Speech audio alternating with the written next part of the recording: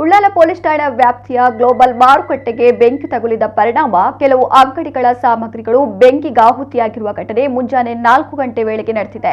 ಮಾರುಕಟ್ಟೆ ಮೇಲೆ ಹಾಕಲಾಗಿದ್ದ ಶೀಟು, ಅಂಗಡಿಗಳಲ್ಲಿ ಆಹಾರ ಸಾಮಗ್ರಿ ಶೇಖರಣೆ ಮಾಡಿಕೊಡುವ ಕಪಾಟು, ಟೇಬಲ್, ಫ್ರೂಟ್ಸ್, ನಗದು ಸಹಿತ ಇತರ ಸಾಮಗ್ರಿಗಳು ಬೆಂಕಿಗಾಹುತಿಯಾಗಿದ್ದು ಅಪಾರ ಪ್ರಮಾಣದ ನಷ್ಟ ಸಂಭವಿಸಿದೆ.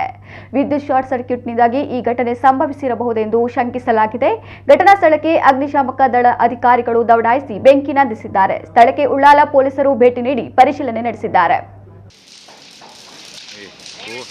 ಕೋಲ್ಡ್ ಸ್ಟೋರೇಜ್ ಇದೆ ಮಾರೆ, ಸ್ಟೋರೇಜ್ ಉಂಡ್ಲಿ.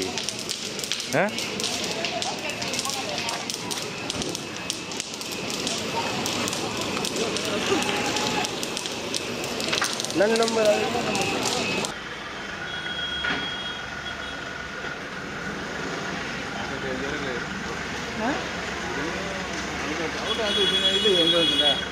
ಇದೆಲ್ಲ ಎ ಸಿ ಉಂಟല്ലേ,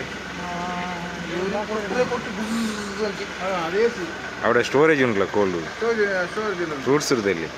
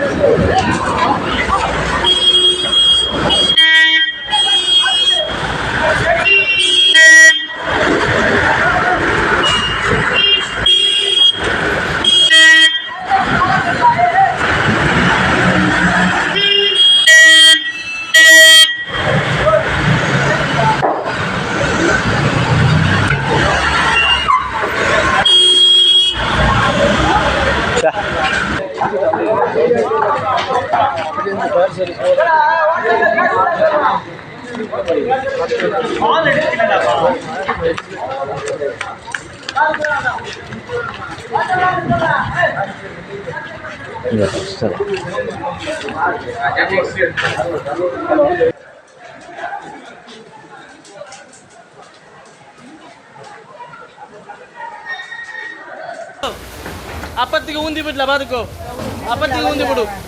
ಇನ್ನು ನಾಡು ಮಾತ್ರದಲ್ಲಿ ಕರ್ತದೆ.